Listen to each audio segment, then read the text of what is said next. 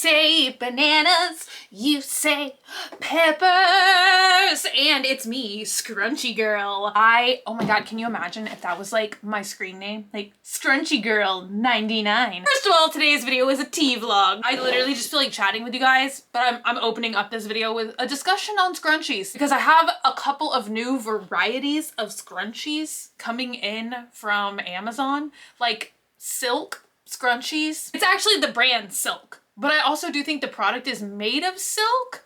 Maybe I should have read the description. And also these weird ones, which I literally forgot the brand, but I'm sure I will show them to you guys. But they're supposed to be a cross between a scrunchie and a little, you know, like these little thin hairbands. But you guys, as much as I love these little thin hairband things, I think that I have to find some sort of alternative that will hold my hair tighter than a scrunchie, but not hold it as tight as a traditional little hairband, because these little things, as much as I love them and they are so convenient to wear on my wrist, I literally do begin to wonder if that is what is ripping all of my hair out, because every time I remove one of those things, especially if I have like a super high ponytail or like an actual style, I am also removing like at least 5 strands of hair every single time. And I feel like all day I'm constantly like pulling my hair up, putting it down, pulling it up. Ooh, now I'm like you know, I'm doing that kind of dance like everybody did in the 60s. Woo, you remember that? If you were there. Hopefully the lighting is not terrible in here. Wait, can I get this lamp? You guys, I had to unplug. Oh, do we need 2 lamps? Is that better or worse? I'm missing a lamp today because I'm having to charge my water bottle. So I live in a world with a chargeable water bottle. We're actually gonna do that video on this channel though, because I want to retest the Life Fuel bottle.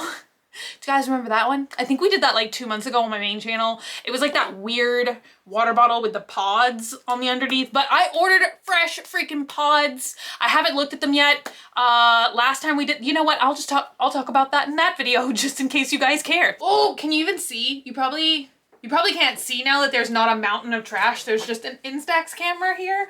But I cleaned, with the help of Dogman, I cleaned my whole like filming table, and it's the cleanest that it's probably been this entire year. So I'm feeling slightly proud. I think all you guys can really see now is like the Furby in the background, which is an achievement for me. I intended to talk about, I almost said uncommon objects, I wish. I had intended to talk about today Unsolved Mysteries. I just spat. That's how scared I am. Also, I pull my hair out, so that's probably why my hair is getting pulled out. But other just like creepy, unsettling things. That's what we were gonna say. Yeah, that sounds like a really fun vlog. Hey guys, stick around. We're gonna talk about unsettling things. This video is really for those of you guys that like to just hang out with me, tea vlog with me. I feel like I don't tea vlog like near as much as I used to, which is kind of, it's sad to me because I love to do this kind of stuff. It is literally just stream of consciousness brain dump for me, which I think is fun. I'm gonna be sure and timestamp this part of the video because I obviously like don't want to ruin anything for you guys. If you have not watched the new Unsolved Mysteries yet on Netflix, are you gonna watch the new Unsolved Mysteries on Netflix?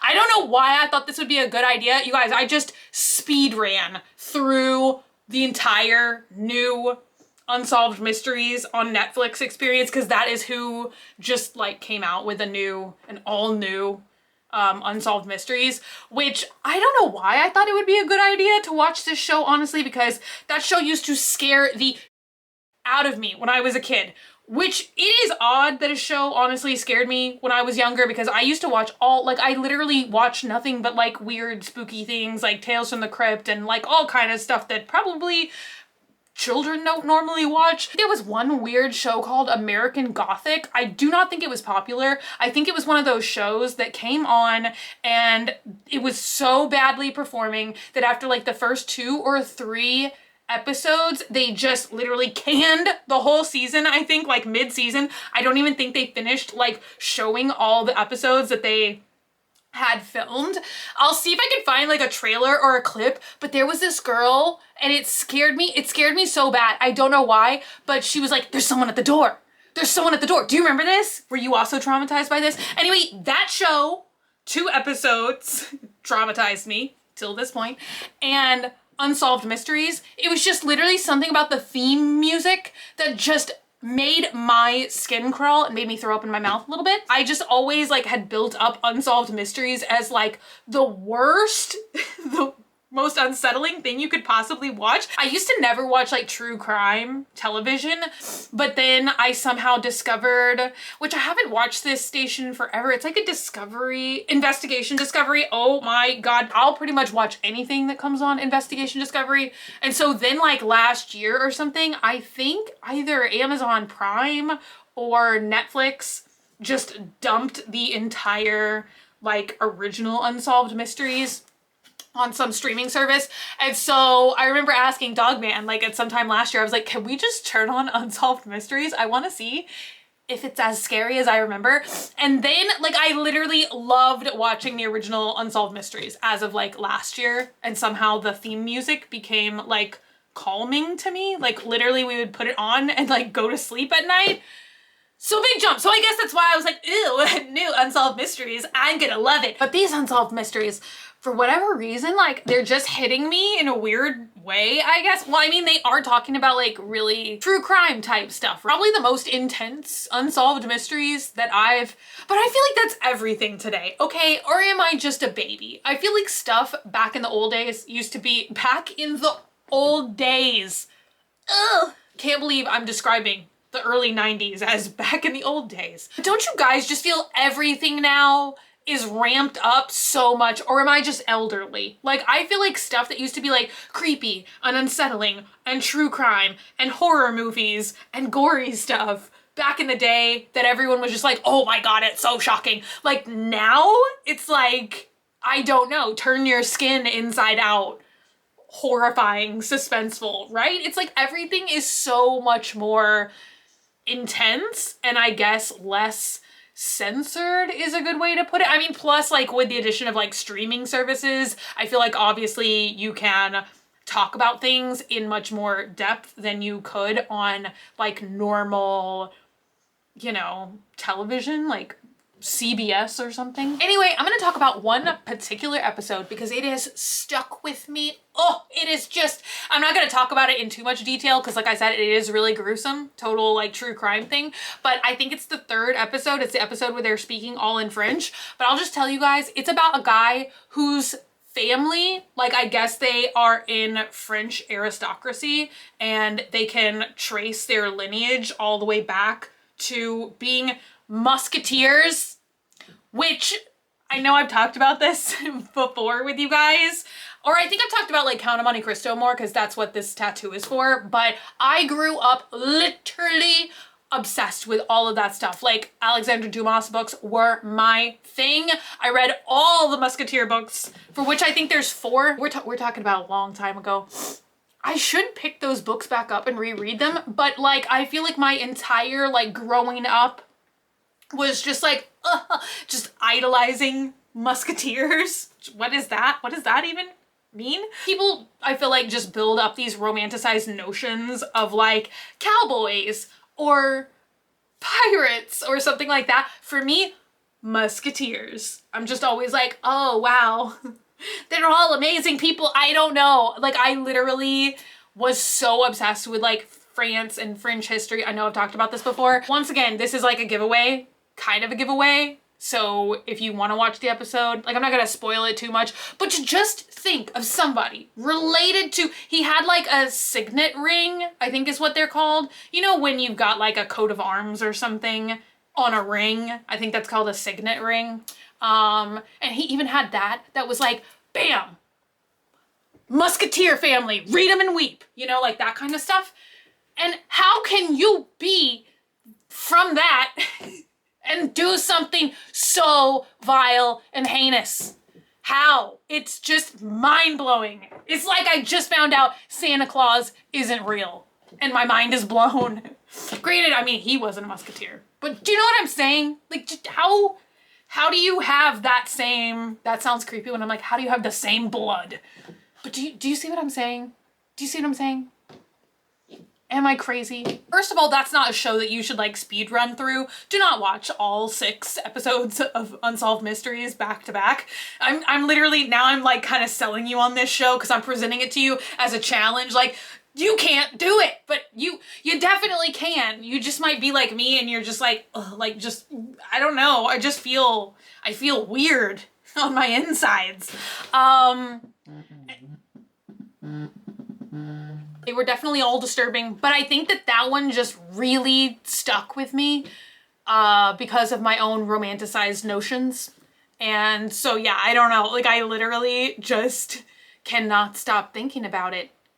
And it is an unsolved mystery. So you're just like, what did happen? And you just kind of marinate in that place like a steak. Want to hear a good Musketeer story? Like, anybody out there? No Musketeer? Tell me something good. I need it. And then on top of Unsolved Mysteries, I learned a new term today, which may not be new to a lot of you guys out there, but I think they're called lenticular spaces. I'm gonna look it up. Is it called lenticular space? Liminal spaces. What's lenticular? Oh my God, lenticular is like the moving, right? Like it's those like the rulers that you go like this and they'll make like 2 different pictures or something. Now I'm just air punching. Ooh, getting that workout in. Liminal spaces, which I'm sure you guys have all seen this meme of like the basement. That is a liminal space, but it's just these kind of like weird, I guess you can almost describe them like alternate reality. Like I'm trying to watch a bunch of videos about it because it just seems, oh my God, it's like Randonautica or whatever. Which honestly, I would have totally done Randonautica if we were not in the middle of a plague. I just don't really want to be like walking around in strange spaces right now. And I have seen that Randonautica takes you on a lot of people's like private personal property, which I mean, also I just wouldn't do. But I've been watching a lot of videos about Randonautica experiences, and then I think that that's why these like liminal space videos were probably suggested to me, because the algorithm controls everything we see and we don't see. I guess people describe that liminal spaces can be like, which I'm like, this is such a broad concept of like, first you have to think that we do indeed like live in a simulation, and then you have to think that you can like Minecraft, get stuck, or what is it called? Like when a game like glitches or something, but you have to also think that you can do that. And then you can possibly get like stuck in one of these liminal spaces, I guess like some sort of hellscape.